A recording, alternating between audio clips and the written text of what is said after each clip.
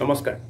আজি চৰ্চাৰ মজিয়াত আলোচনা কৰিবলৈ ওলাইছোঁ আগন্তুক আসাম ডাইৰেক্ট ৰিক্ৰুইটমেণ্ট এক্সামিনেশ্যনৰ সম্পৰ্কে। প্ৰকৃততে অসমৰ মুখ্যমন্ত্ৰী মাননীয় ডক্টৰ হিমন্ত বিশ্ব শৰ্মা ডাঙৰীয়াই ইতিমধ্যে অসম প্ৰত্যক্ষ নিযুক্তি পৰীক্ষাৰ দিন ঘোষণা কৰিলে আৰু এইবাৰ এই পৰীক্ষাটো APSCৰ যি স্টাইল যেটো ধৰণ সেই ধৰণত অনুষ্ঠিত হ'ব। প্ৰথমতে প্ৰিলিমিনাৰী এক্সামিনেশ্যন হ'ব, তাৰ পাছত main and then viva. And after completing the viva a candidate will be selected for third grade and fourth grade. এতিয়া এই কথাটো ঘোষণা কৰাৰ পাছত ছ'চিয়েল মিডিয়াত বহুতো বিতৰ্কৰ সৃষ্টি হৈছে, বাতৰি কাকতত বা নিউজ চেনেলবিলাকত বহুতো বিতৰ্কৰ সৃষ্টি হৈছে, বহুতো মিম শ্বেয়াৰ হৈছে। কিন্তু এই সকলোবিলাক মিম বাতৰি আঁতৰাই ৰাখি মিম বাতৰিৰ পৰা আঁতৰি গৈ যিসকল চাকৰি প্ৰত্যাশী সেই চাকৰি প্ৰত্যাশীসকলে নিজৰ লক্ষ্যৰ প্ৰতিহে সচেতন হোৱা উচিত। এই লক্ষ্য আৰু উদ্দেশ্য মানুহে সদায় নিৰ্ধাৰিত কৰিব লাগে আৰু সেই লক্ষ্য বা উদ্দেশ্য নিৰ্ধাৰণ কৰিবলৈ যাওঁতে বাটত যদি বহু প্ৰত্যাহ্বান আহে সেই প্ৰত্যাহ্বানসমূহ হেলা ৰঙে আঁতৰাই পঠিয়াব পৰাকৈ প্ৰস্তুত হৈ উঠিব পৰাজনেই হ'ল প্ৰকৃত যোদ্ধা বা বীৰ। আমি ইতিহাসৰ পাঠত এনে বহু যোদ্ধা পাওঁ যি ধাৰাবাহিকভাৱে জীৱনত বিফলতাৰ সন্মুখীন হৈছিলে, কিন্তু নিজৰ পৰাকাষ্ঠা আৰু ঐকান্তিক প্ৰচেষ্টাৰ সুবাদত অৱশেষত জীৱন যুঁজত জয়ী হৈছিলেগৈ।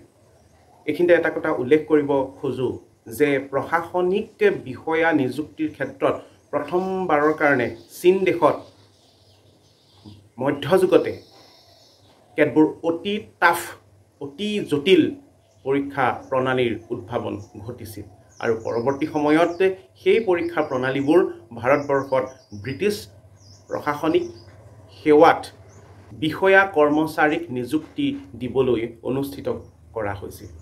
এইখিনি হ'ল কেতবোৰ চৰকাৰী বিষয়া নিযুক্তিৰ ঐতিহাসিক তথ্য। এতিয়া এইখিনিতে এটা কথা উল্লেখ কৰিব পাৰি যে আগৰ যিবিলাক পৰীক্ষা আছিলে, বিগত সময়ছোৱাৰ যিবোৰ পৰীক্ষা আছিলে, সেই পৰীক্ষাতকৈ এই পৰীক্ষাটো এইবাৰ যথেষ্ট জটিল হ'ব। সেইটোৱেই হ'ল মূল কথা। এতিয়া এনে জটিল পৰীক্ষা এটাৰ কাৰণে প্ৰিপেৰেশ্যন চলাবলৈ ছাত্ৰ ছাত্ৰীসকলে মানসিক, শাৰীৰিক আৰু বৌদ্ধিকভাৱে সবল হ'ব লাগিব। প্ৰিলিমিনাৰী পৰীক্ষাৰ কাৰণে যিসকল ছাত্ৰ ছাত্ৰী অৱতীৰ্ণ হ'ব আৰু সেই প্ৰিলিমিনাৰী পৰীক্ষাত পাছ কৰা ছাত্ৰ ছাত্ৰীসকল মূল পৰ্যায়লৈ যাব, মূল পৰ্যায়ত পাছ কৰা ছাত্ৰীসকল ভাইভালৈ যাব। এতিয়া এই যিকেইটা তিনিটা ধাপ প্ৰিলিমিনাৰী, মেইনছ এণ্ড ভাইভা, এই তিনিটা ধাপ অতিক্ৰম কৰিবলৈ হ'লে ছাত্ৰ ছাত্ৰীসকলে নিজকে অধ্যয়নপুষ্ট কৰি তুলিব লাগিব। অধ্যয়নপুষ্ট মানে হ'ল তোমালোকে ৰাইট ফ্ৰম টুডে এটা কাম কৰা যে যিখিনি প্ৰয়োজনীয় তথ্য পৰীক্ষাত আহে, বিগত বৰ্ষত যিখিনি প্ৰশ্ন পৰীক্ষাত আহিছিলে, সেই প্ৰশ্নখিনি ক'ৰ পৰা আহিছিলে, কোন কোন কিতাপৰ পৰা বেছি চালে পৰীক্ষাত প্ৰশ্নবোৰ সমাধান কৰাত তোমালোক সফলতা অৰ্জন কৰিব পাৰিবা, সেই সম্পৰ্কে তোমালোকে ধ্যান দিয়া উচিত। বাকী কোনে কি অপবাদ গাইছে পৰীক্ষাটোৰ সম্পৰ্কে, বদনাম গাইছে, সেই সম্পৰ্কে তোমালোক সম্পূৰ্ণ অনীহা প্ৰকাশ কৰা। তোমালোকে যদি জীৱনত উন্নতি কৰিবলৈ হয়, যদি কোনোবা এজন ব্যক্তিয়ে জীৱনত উন্নতি কৰিবলৈ হয়, তেন্তে সফল মানুহবিলাকৰ জীৱন কাহিনী পঢ়ি লাভ নাই। তোমালোকে বিফল মানুহবিলাকৰ জীৱন কাহিনী পঢ়া, যে বিফল মানুহবিলাকে কিদৰে অহৰহ জীৱন সংগ্ৰামত অৱতীৰ্ণ হৈ সফলতা লাভ কৰিব পাৰিছিল।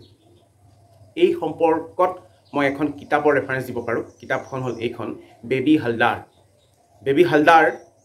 বেবী হালদাৰে লিখা আলু আধি। এই কিতাপখন পঢ়ি মই নিজে জীৱনত কিছুমান অনুপ্ৰেৰণা লাভ কৰিছোঁ। এগৰাকী পৰাজিত মৃত্যুৰ মুখলৈ নিজকে ঠেলি দিব বিচৰা মহিলাই কিদৰে জীৱন সংগ্ৰামত ব্ৰতী হ'ল, কিদৰে সফলতা অৰ্জন কৰিব পাৰিলে, এই কিতাপখনে সেই বিষয়ে ধাৰাবাহিকভাৱে বৰ্ণনা দিয়ে। আমিতো হাত ভৰি থকা মানুহ, কিন্তু বহু পৃথিৱীত এনে ব্যক্তিও আছে যি হয়তো এই পৃথিৱীখন দেখাই নাই, যি জীৱনত দৌৰিব নোৱাৰিলে, যি ভালকৈ মাত এষাৰো মানুহক মাতি শুনাব নোৱাৰিলে, আৰু পৃথিৱীৰ শুৱলা শব্দবোৰ, শুৱলা গীত মাত কথাবোৰ কেতিয়াও শুনিবলৈ সক্ষমেই নহ'ল। সেই তেনে ব্যক্তিসকলেও জীৱন যুঁজত কিন্তু পৰাজিত হোৱা নাই। গতিকে জীৱন যুঁজত জিকাৰ যি হেঁপাহ, জিকাৰ হেঁপাহেই তোমালোকক এদিন নিজৰ লক্ষ্য প্ৰাপ্তিত উপনীত কৰাব পাৰিব। গতিকে লক্ষ্য প্ৰাপ্তিৰ পথ সুগম নহয়। ইতিমধ্যেই পৰীক্ষাৰ দিন ঘোষণা হৈছে, ইতিমধ্যেই পৰীক্ষাৰ যিখিনি ছিষ্টেম, যি পদ্ধতি, এই পদ্ধতি সম্পৰ্কে ইতিমধ্যেই তোমালোকৰ আগত যিখন চিডুল দিয়া হৈছে। গতিকে সকলোবোৰ নেতিবাচক দিশ মনৰ পৰা আঁতৰাই পৰীক্ষাটোৰ কাৰণে সকলোৰে প্ৰিপেৰেশ্যন চলোৱা, সকলোৰে ভাল হ'ব, সকলোৰে কল্যাণ হ'ব।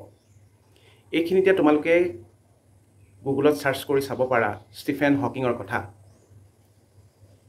ষ্টিফেন হকিঙৰ কথা অনুগ্ৰহ কৰি গুগলত চাৰ্চ কৰি চাবা আৰু পাবা যে কিদৰে এজন অথৰ্ব বিজ্ঞানীয়ে সমাজৰ কাৰণে বহু বস্তু দি থৈ গুচি গৈছে। তোমালোকে হেলেন কেলাৰৰ সম্পৰ্কে গুগলত চাৰ্চ কৰি চাবা আৰু পাবা যে কিদৰে জীৱন যুদ্ধত হেলেন কেলাৰে নিজৰ লক্ষ্য প্ৰাপ্তিৰ যি সীমা, সেই সীমা অতিক্ৰম কৰিব পাৰিলে। গতিকে ছাত্ৰ বন্ধুসকল, আগন্তুক পৰীক্ষাৰ কাৰণে সকলো প্ৰিপেৰেশ্যন আৰম্ভ কৰা। সমাজ বিজ্ঞানৰ যিখিনি পাঠ, সেই পাঠখিনি টেবুলত এটা ফালে ৰাখা।